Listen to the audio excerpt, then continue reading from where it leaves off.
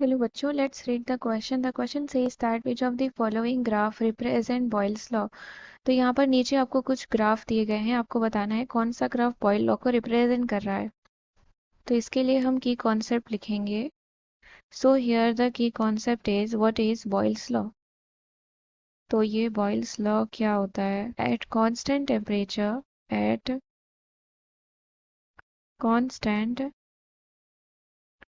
Temperature the pressure of a fixed amount the pressure of a fixed amount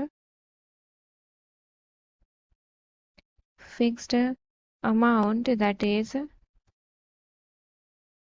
number of moles n of gas varies inversely with its volume varies inversely with its volume। इसी को हम लोग क्या बोलते हैं? Boyle's law बोलते हैं।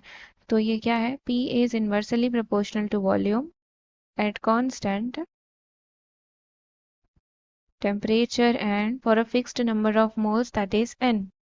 इसका मतलब क्या हो गया? PV इज इक्वल टू क्या है आपका? कांस्टेंट है, यानी कि at constant temperature the product of pressure and volume of a fixed amount of gas is constant. तो अगर हम मान लेते हैं if P1 if a fixed amount of gas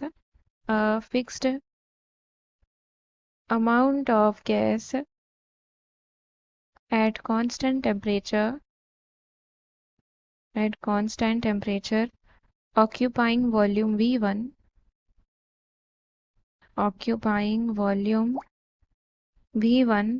at pressure P1 undergoes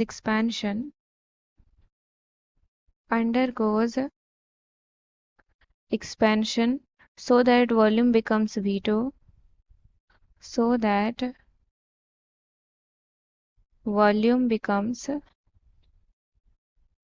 V2 and pressure becomes P2 तो according to Boyle's law क्या हो जाएगा? P1 V1 is equal to P2 V2 is equal to constant.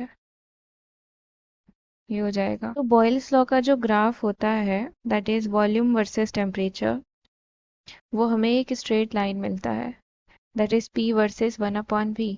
That is graphically according to Boyle's law that is, यहाँ पर graph आपको option में P versus 1/V दिया हुआ है।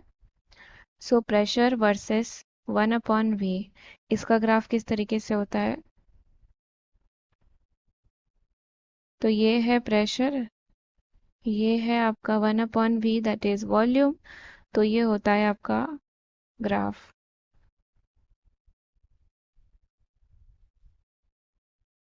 और ये क्या है आपका? टेम्परेचर है, दिस इज टेम्परेचर।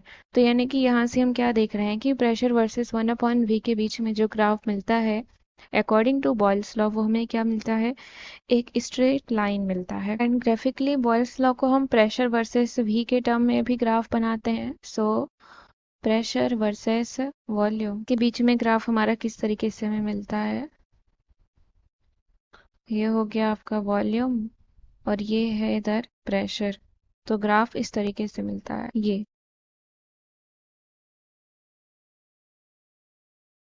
यहाँ पे ये जो है कर्व जो है ये बना है, ये करस्पॉन्ड किसके कर रहा है? टेम्परेचर को। सो फ्रॉम हियर ये वाला ग्राफ भी, फर्स्ट वाला ग्राफ भी आपका करेक्ट है और थर्ड वाला ग्राफ भी आपका करेक्ट है।